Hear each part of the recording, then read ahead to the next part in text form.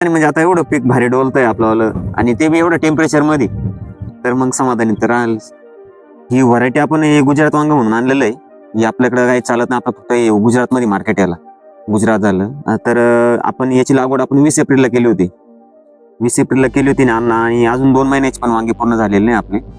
आता येत्या 20 तारखेला आपले 2 महिन्याची वांगी पूर्ण होती. पावणे 2 महिन्याची वांगी झालेले. तुम्ही परिस्थिती बघू शकता, वांग्यांना एवढी जबरदस्त सेटिंग, ही फुलकळी तुम्ही बघू शकता, एकदम जबरदस्त क्वालिटी आणि एकदम आमच्या मनासारखा प्लॉट बसलाय.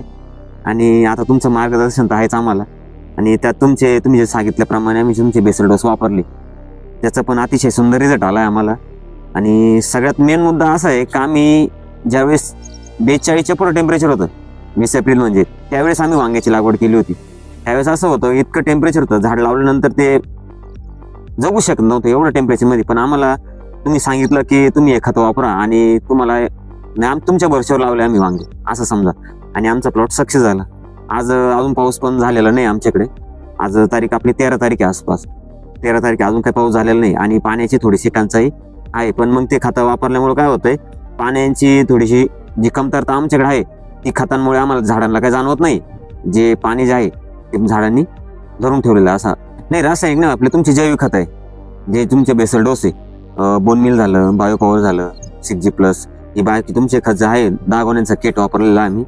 आणि त्या किटमुळे असं झालंय का आम्हाला म्हणजे मनसोक्त जे पीक पाहिजे ना तसं आम्हाला बघायला भेटलं.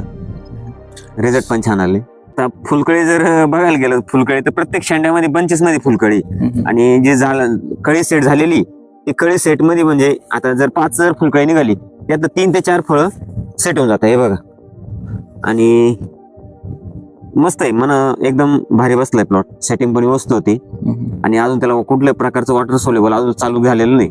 आपण जे बेसल डोस टाकलेला आहे त्याच्यावरतीच चालू आहे.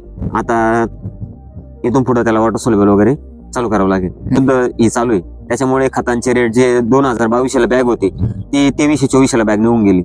म्हणजे खतांचं रासायनिकच्या तुलनेमध्ये हे खत आपल्याला एकदम स्वस्त जात आहे.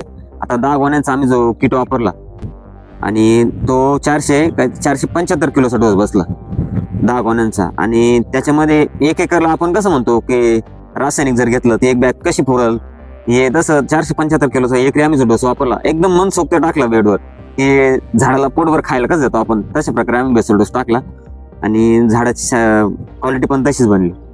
वापरायला पाहिजे. इतर शेतकऱ्यांनी काय होतं, शेतकरी जातो कोणत्या साईडला रासायनिक वापरता, काही म्हणजे ज्याचे रिझल्ट नाही त्या भागाला जातं. आपण काय झालं, पहिले आपण 4 वर्षापासून वापरतोय, आपले रिझल्ट आले चांगले, आपण कांद्याला वापरलं, ड्रॅगन